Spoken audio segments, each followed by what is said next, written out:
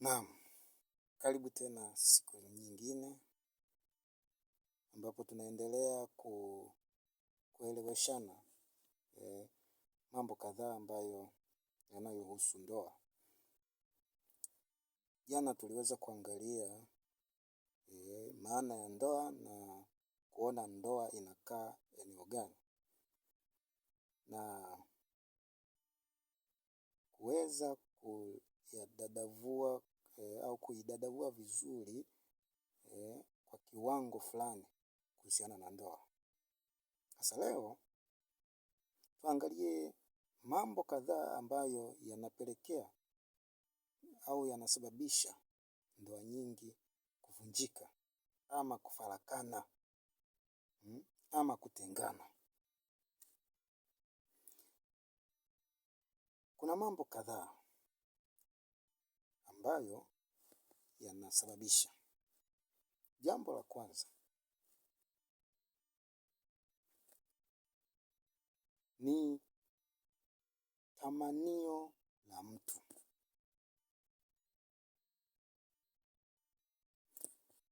Hilo ndio jambo la kwanza. Tunaposema tamanio ni ile hali ya kumtamani mtu kwa namna alivyo na kuvutiwa kwa namna alivyo. Inawezekana umevutiwa tu unene wake, umevutiwa tu weupe wake, umevutiwa tu wembamba wake, ongea yake na kadhalika. Sasa unapotamani, jua ya kwamba kuna mwisho. Yaani kitu unapokitamani ujue kina mwisho wake.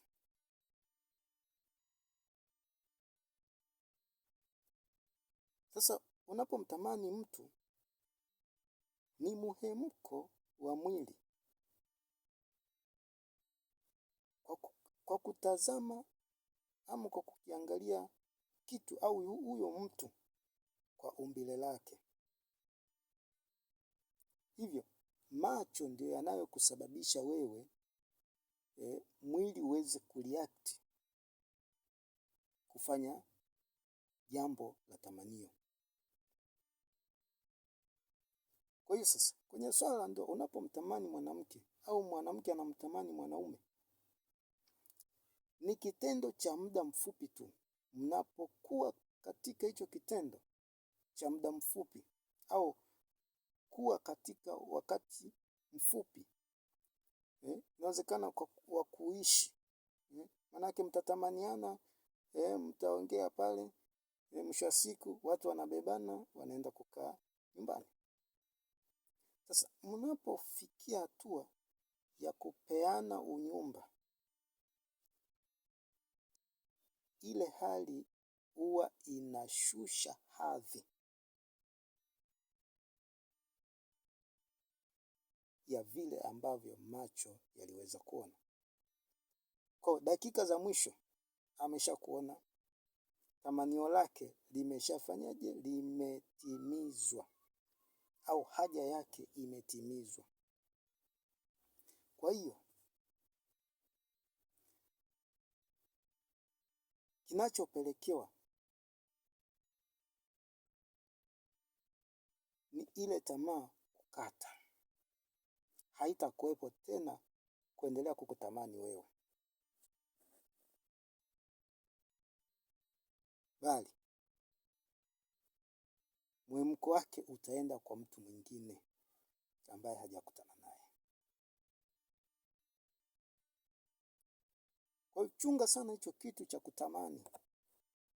Hasa kwenye ndoa. Usitamani mtu, mpende. Jinsi alivyo, iwe ni mlemavu ama si mlemavu. Kama umeamua kumpenda, mpende kisawasawa. Usitamani. Na tamaa inakujaje? Ni pale unaposema, nimemtamani huyu binti, nimemtamani huyu kaka, niwe naye tu hata siku moja, hata siku mbili, hata siku tatu. Ile roho inayokuambia maneno hayo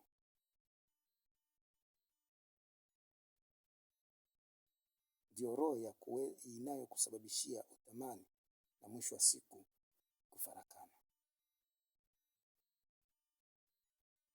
Kwa hiyo utamtamani na mwisho wa siku mtafunga hata ndoa, lakini hamtadumu. Nakupa 100%, hamtadumu.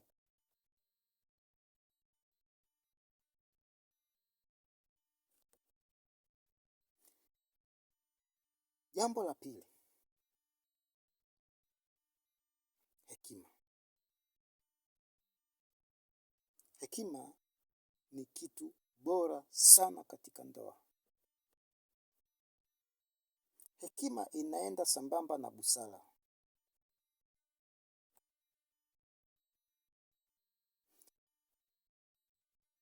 Maana ukisoma katika Biblia kitabu kile cha Sulemani anasema kwamba Mungu, ninakuomba unipe hekima. Ninyime vyote lakini unipe hekima. Kwa maana nyingine hiyo, uninyime vyote unipe hekima. Kwa maana hekima ni kitu bora sana kuliko vitu vyote. Unaweza kuwa na mali na nini, lakini kama huna hekima, itakuwa kwako ni sifuri. Kwa katika swala la ndoa, hekima ni kitu bora sana. Haijalishi ni mwanaume, haijalishi ni mwanamke. Mfano,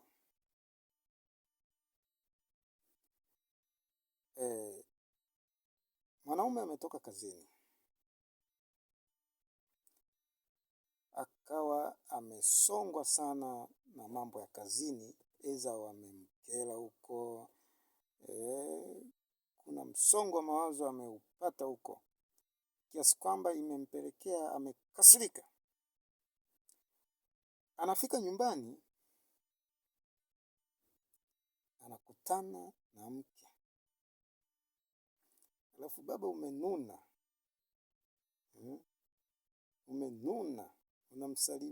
unasalimiwa, hutaki hata kujibu. Mke anakufuata, anakuuliza kuna nini, hutaki hata, yaani unamchukia mpaka mkeo. Hiyo sio sawa. Hiyo sio sawa. Lazima hekima itumike. Haijalishi umekutana na mambo gani huko. Omba sana Mungu akupe hekima. Hata kama utaghadhibiwa na watu, lakini unapofika nyumbani kwa mkeo, kama unafika nyumbani kwa mumeo, ghadhabu za kazini unaziacha kazini. Unapofika nyumbani, unakuwa ni mtu mwingine. Ili uweze kufarijiwa, lazima uwe na hekima ya kuweza kuhimili mambo ambayo yamekusonga huko ulikotoka. Sasa, watu wengi wamekuwa wakiyachukua mambo ya kazini na kuyaingiza mpaka nyumbani.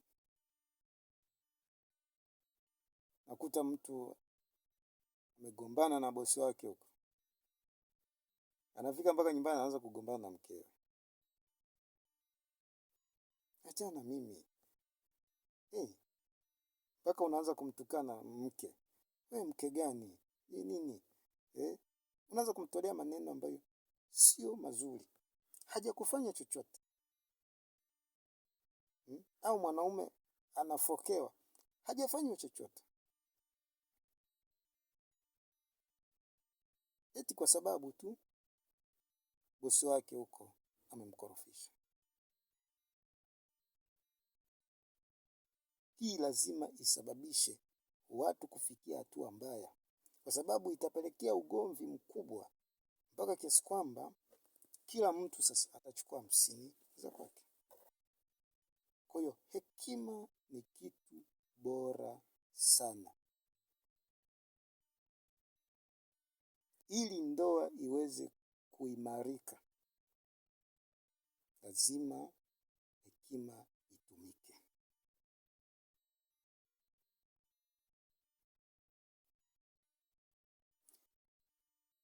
Jambo la tatu, elimu ya ndoa.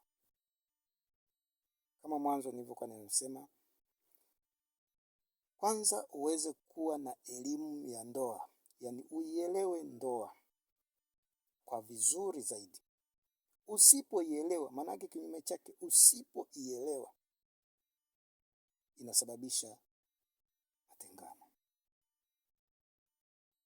inasababisha kufarakana, kuvunjika.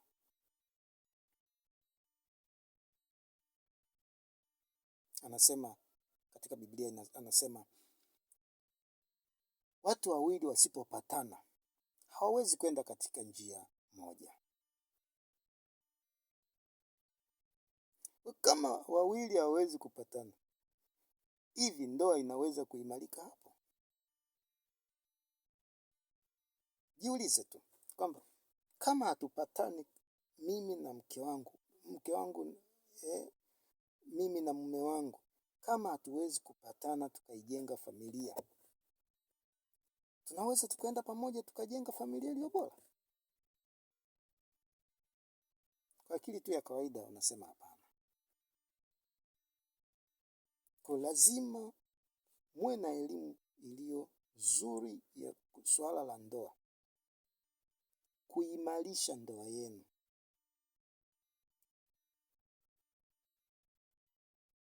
Itakuwa bora zaidi.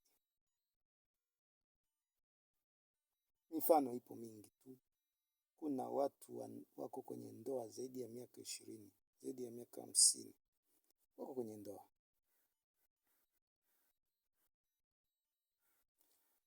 Tunaposema swala la ndoa, si kwamba hamtaweza kukwaruzana,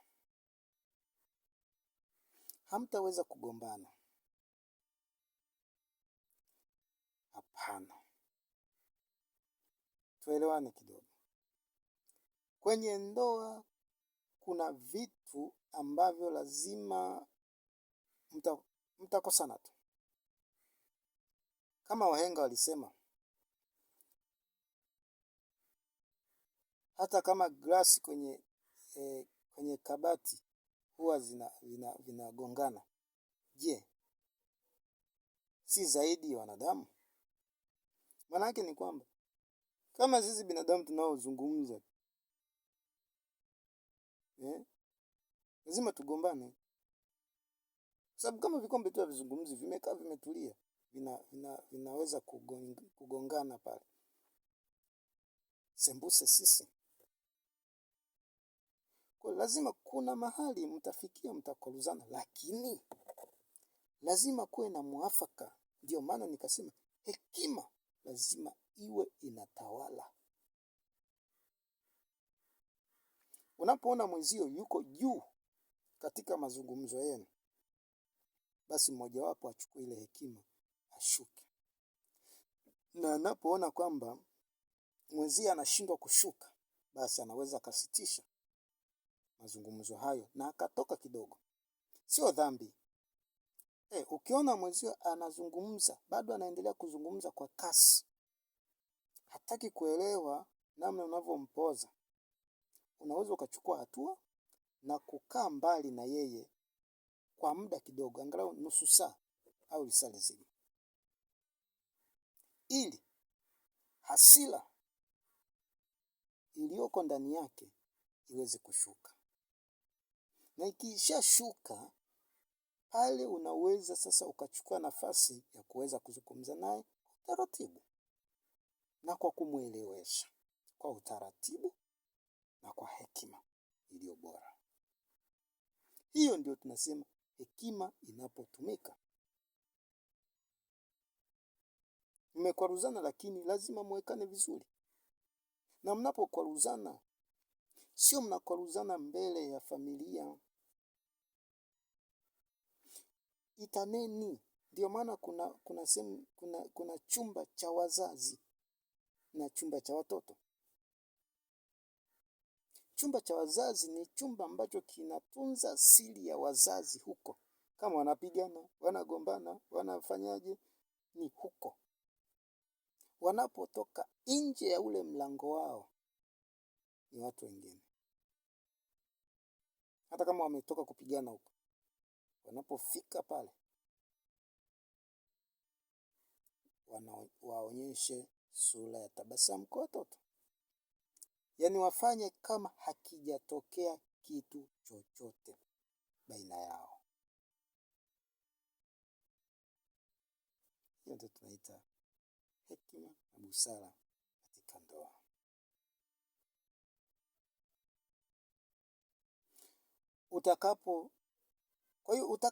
Ukishayaelewa haya mambo yanayosababisha, umeelewa ndoa maana yake. Umeelewa vitu vinavyosababisha msuguano katika ndoa hadi kupelekea ndoa hizi ziweze kutengana. Mimi nimekupa baadhi tu, lakini yapo mengi tu. Tutazidi kueleweshana mbele ya safari. Yatakusaidia wewe uweze kuimarisha ndoa yako. Hata kama kulikuwa na mahali unaona inakoelekea, inakwenda kuvunjika, tunakwenda kutengana, una uwezo wa kuirekebisha kwa sababu umeielewa maana ya ndoa. Na umeshajua vitu vinavyosababisha ndoa ivunjike au ndoa kufikia mahala pa kutengana. Kwa hiyo hekima isipokuwepo, hamtafikia maamuzi. Kwa hiyo kutokuwa na hekima ni sababu ya kusababisha ndoa yenu kutokuwa imara, kuvunjika, kufarakana. Kutokuwa na elimu ya ndoa, hamtafikia mahala katika ndoa yenu. Kuwa na matamanio. Mwingine ana mke lakini bado anatamani watu wengine. Hamwezi kufika hatua hiyo kuimarisha ndoa yenu. Mwingine unakuta ana mume wake lakini bado anachepuka. Mwanaume ana mke lakini bado anachepuka. Kuna watu wengine nikawasikia wanakuambia, mke mmoja hatoshi. Kwa nini asitoshe? Kwa nini asitoshe? Kama kweli mnapendana katika mapenzi ya uungu, kwa nini asitoshe?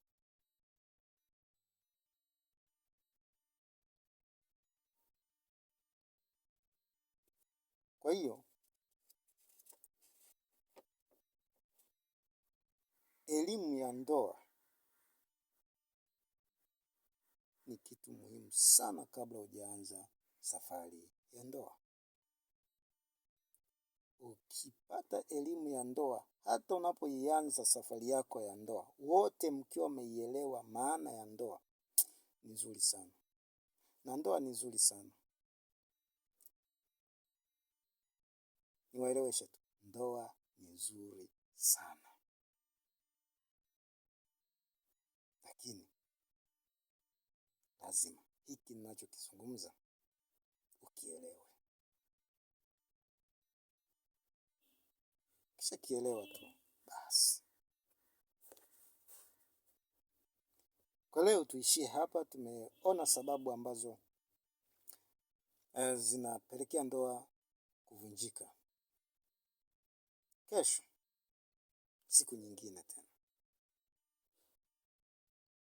tutaona sasa tufanye nini